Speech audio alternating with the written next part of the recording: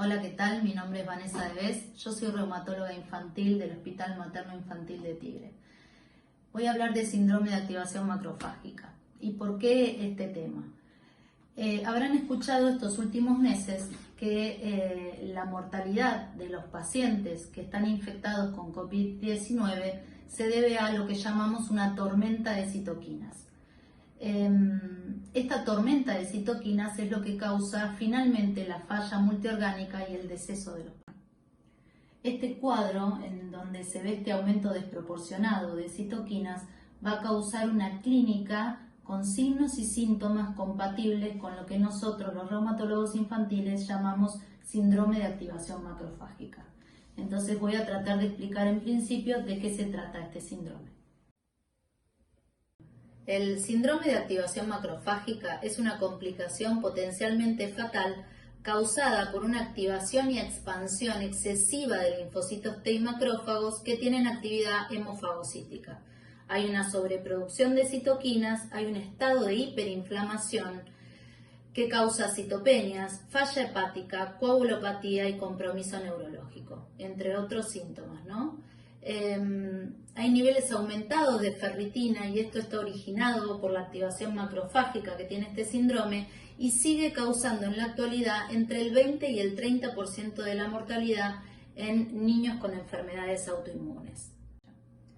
Bien, desde el punto de vista de la clasificación, el infiltrado inflamatorio que hay en el síndrome de activación macrofágica consiste principalmente en linfocitos T activados y macrófagos que están bien diferenciados histológicamente, o lo que llamamos histiocitos. La abundancia de estos histiocitos hemofagocíticos que están altamente activados sugieren que el síndrome de activación macrofágica pertenece al grupo de trastornos llamados linfohistiocitosis hemofagocítica, que está bien descrita y diferenciada por los hematólogos, ¿sí? Entonces, la clasificación actual de estos trastornos histiocíticos se dividen en HLH o linfohistiocitosis hemofagocítica primaria o familiar y HLH, linfohistiocitosis hemofagocítica secundaria, ¿sí? También conocida como HLH adquirida o reactiva, más parecida a lo que nosotros los reumatólogos llamamos síndrome de activación macrofágica. Bien, ante un gatillo que vamos a ver que puede ser tanto exógeno como endógeno, se activa la primer línea de inmunidad que nosotros tenemos, ¿sí? Que son tanto los macrófagos como las células dendríticas, entre otras células de la respuesta primaria inmunológica. Estos macrófagos o células dendríticas tienen la capacidad de que endocitan la noxa que está causando esta activación y la presentan hacia los distintos linfocitos, ¿sí? Estos linfocitos, a su vez, activados junto con las células NK, van a liberar distintas citoquinas, o sea, van a liberarse citoquinas desde el macrófago para diferenciar a estos linfocitos, como los linfocitos activados van a liberar citoquinas.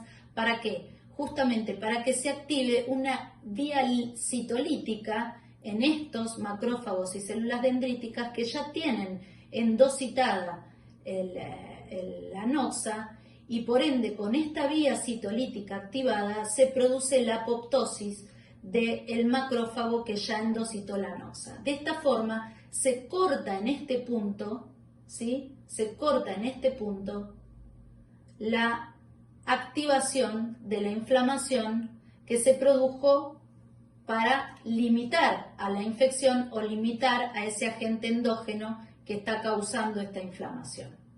Ahora, ¿qué ocurre cuando esta vía citolítica, ya sea por un defecto genético o ya sea por un virus o por una bacteria o por lo que sea exógeno, esta vía citolítica no está andando, ¿sí? Por algo no está funcionando de la manera correcta.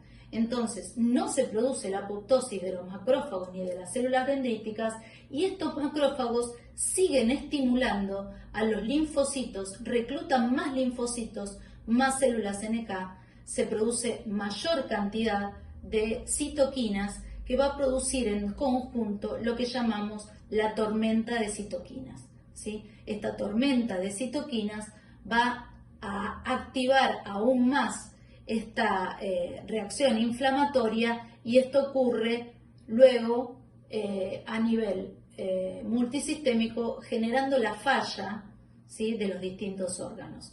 Por eso es que es tan grave esta tormenta de citoquinas, ¿sí? Hay una falla en donde no se puede parar esta activación. No hay feedback negativo porque no hay finalmente apoptosis de los macrófagos ni de la primera línea de inmunidad.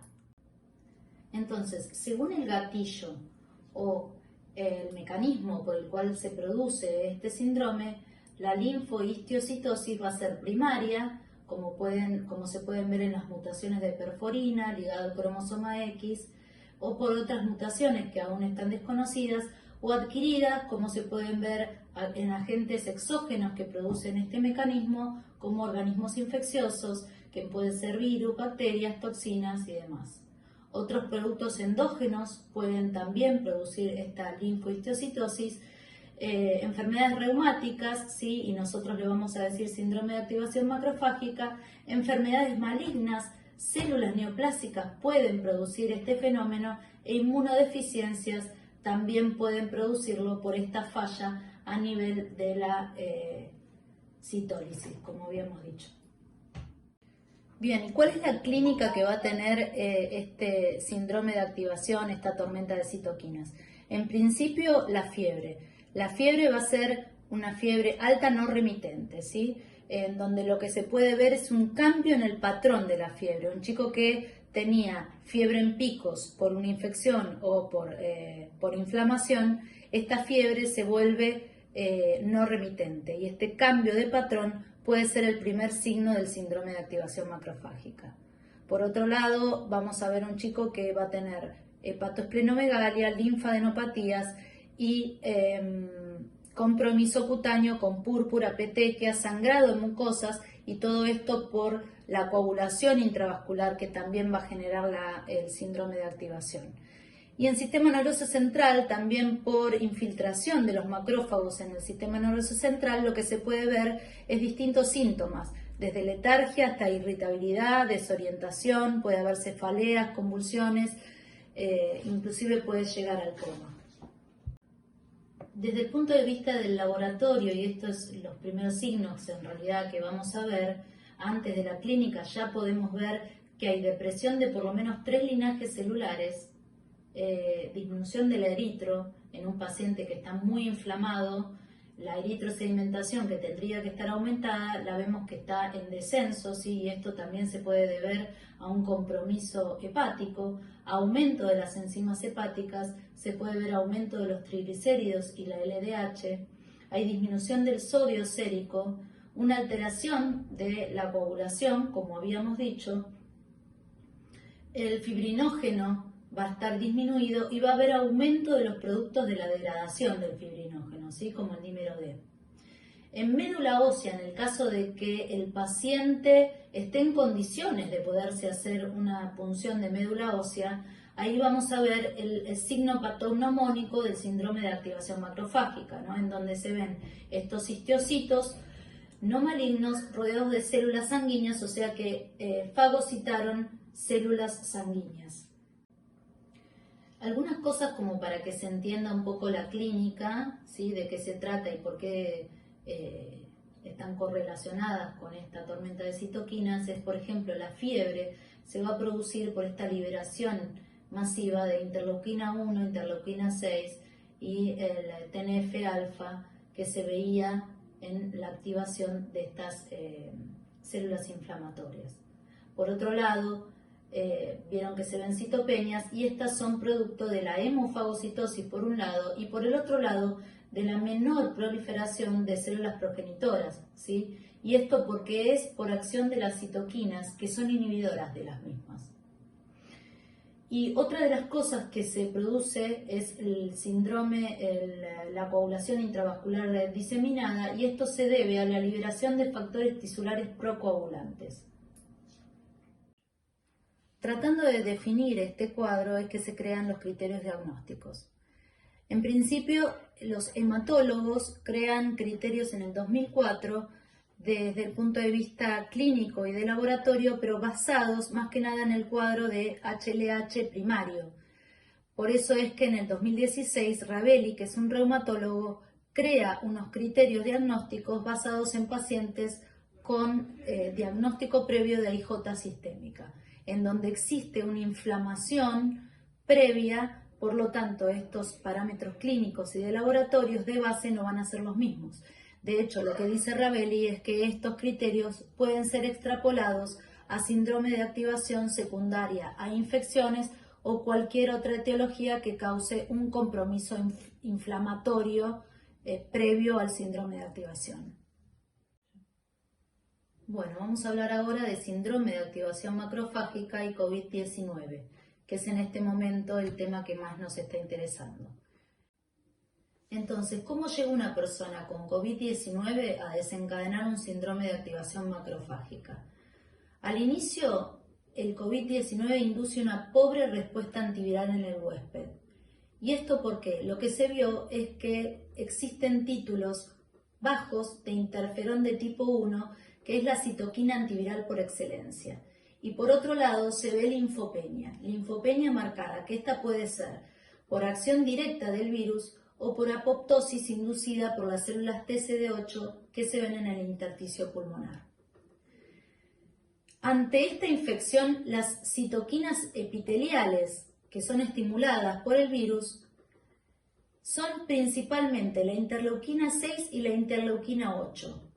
Estas podrían alterar la capacidad de las células T para unirse a las células dendríticas. Y de hecho, las células dendríticas y los macrófagos lo que tienden es a tener una alteración para eliminar la invasión del patógeno en las mismas, que era lo que pasaba en la fisiopatogenia del síndrome de activación macrofágica.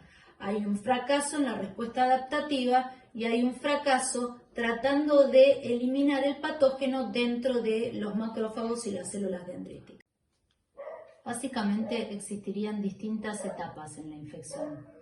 Una primera etapa que se basa en lo que es la replicación viral y la respuesta antiviral, y una etapa subsiguiente en donde más que nada prima la respuesta del huésped, la respuesta inflamatoria del huésped, que puede llegar a causar lo que después llamamos hiperinflamación o esta tormenta de citoquinas que tanto estábamos hablando. Esta respuesta no controlada, con aumento desproporcionado de las citoquinas y quimioquinas, va a producir, entre otras cosas, vasodilatación. Y esta vasodilatación va a provocar la fuga de plasma, ¿sí?, por el aumento de la permeabilidad. Esto, sumado a los factores procoagulantes que se liberan por el hígado y por macrófagos, van a producir la coagulación intravascular diseminada que se le acompaña a la tormenta de citoquinas. Lo que me queda es la linfopenia y la lesión y el pulmón agudo que provoca el coronavirus. ¿Y esto a qué se debería? Más que nada a los altos niveles de citoquinas que se están correlacionando con la disminución de células T. ¿Esto por qué sería? Por agotamiento de las mismas células T que provocarían finalmente la apoptosis de la misma. ¿Por qué se agotan las células T? Se agotan por esta hiperestimulación sin ningún feedback negativo. Por último, el tratamiento, que van por un lado dirigido hacia la infección viral. Aunque actualmente no hay evidencia que respalde la efectividad de los medicamentos antivirales, se están probando distintos antivirales como son el lopinavir, el ritonavir, el remdesivir y el interferón beta. Este cuadro más o menos es para que vean el timing de la infección viral o de la etapa en que se puede indicar determinados tratamientos. Vamos a hablar por otro lado de la gamma-globulina. La terapia con gamma-globulina se basa en estudios de modelos animales en donde se vio que el complejo antígeno-anticuerpo se une a la porción FC de la inmunoglobulina e internaliza este complejo hacia el macrófago. Y el macrófago a su vez va a generar anticuerpos específicos y va a activar la cascada de citoquinas también proinflamatorias. Existe en la actualidad terapia con plasma de pacientes convalecientes y esto se basa en que se ha utilizado en otras pandemias, por ejemplo en la pandemia de 1918, se ha utilizado también en el ébola, se ha utilizado en el SARS en el 2003 y en el MERS en el 2012. Pero todo esto la FDA lo considera aún como un tratamiento en investigación, ya que no demostró ser efectivo en todas estas enfermedades que se estudiaron. Quedan preguntas pendientes con respecto a esto, que son: ¿cuál será la cantidad de anticuerpos necesario? ¿Cuánto tardan los pacientes en mostrar una reacción positiva? ¿Y qué tan duradera es la protección que podrían llegar a lograr? Y esta última pregunta nos daría cierta respuesta de cuánto tiempo tenemos para extraer esos anticuerpos de los pacientes convalecientes de infecciones por COVID. En cuanto a la hidroxicloroquina, que también se está hablando de ella y es la que particularmente más me gusta, se ha usado en el mundo desde hace más de 70 años. Está considerada por la OMS dentro de la lista de medicaciones esenciales y ha demostrado tener un muy buen perfil de seguridad clínico. Se usa actualmente en enfermedades reumáticas como el lupus, la R y otras enfermedades reumáticas. ¿Y cuáles serían los mecanismos que podrían ser eficaces con el COVID-19? Habría 3 mecanismos por los cuales podría ser efectivo. Uno de ellos es la glicosilación del receptor de la enzima convertidora de angiotensina 2, que como todos sabemos es el receptor para que el virus entre a las células. O sea, es el receptor de la proteína S viral. Por otro lado, la alcalinización del fagolisosoma. Sabemos que el virus replica a nivel del lisosoma y si nosotros con la hidroxicloroquina aumentamos el pH, lo que inhibimos en este sector es la replicación viral. Y por el otro lado, el aumento del pH intracitoplasmático que produce la hidroxicloroquina altera también el ensamble de las cadenas alfa y beta de las moléculas HLA de clase 2. Esto lo que hace, y para lo que es esencial, es para la presentación antigénica. Entonces, por un lado, no puede entrar, cuando puede entrar no puede replicar y cuando replicó no se puede tampoco presentar. Por esto sería bastante efectiva la hidroxicloroquina. Hay varios estudios que están hablando de efectividad de la hidroxicloroquina, pero como los estudios no son metodológicamente correctos, entonces no se está terminando de aprobar la hidroxicloroquina como una medicación para el COVID-19. Otro de los fármacos que se están nombrando y que se está utilizando con efectividad es el tocilizumab.